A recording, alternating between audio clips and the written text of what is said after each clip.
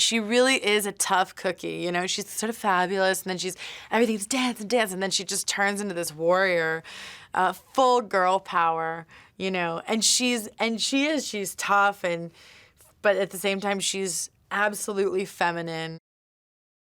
And her relationship to Poe is that she has a massive crush on him, but she acts as if he has this massive crush on her.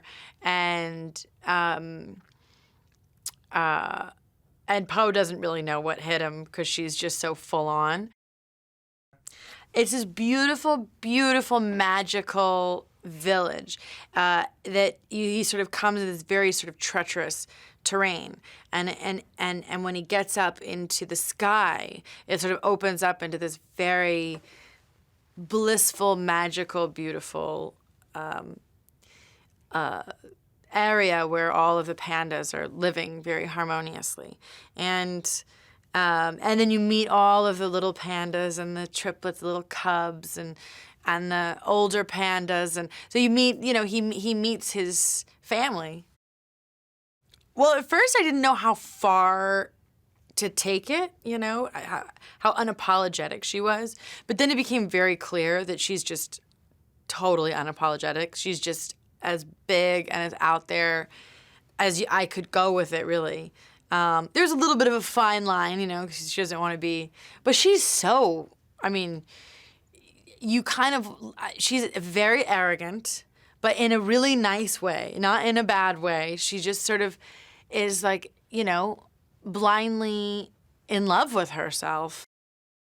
He's scary and terrifying and all of that, but he's so insecure. So there's these great beats of humor with his insecurity of, you know, not being known. One of my favorite sections, when they go into the scrolls and they do the sort of old Chinese animation of why Kai became Kai, why the villain became the villain, that he was once a good guy. But the animation in that is really beautiful. The artistry is beautiful. I feel really honored. I'm really excited. You know, I was looking at the cast list the other day and the pictures and stuff, and I was like, what a cast. It's so great, you know. I feel really, I'm excited to be a part of it. I never thought, it's funny because I've been such a fan that I didn't even think like, oh, maybe one day there'd be a part in Kung Fu Panda and I would play be a voice in it. But here we are. I think it's great. I think Kung Fu Panda 3 brings all of the elements that you love to see when you watch these movies. You know, you have the more emotional, grounded moments of family and discovering who you are, and in this case, an orphan who is finally getting to connect with where he comes from and what he knows and who he is.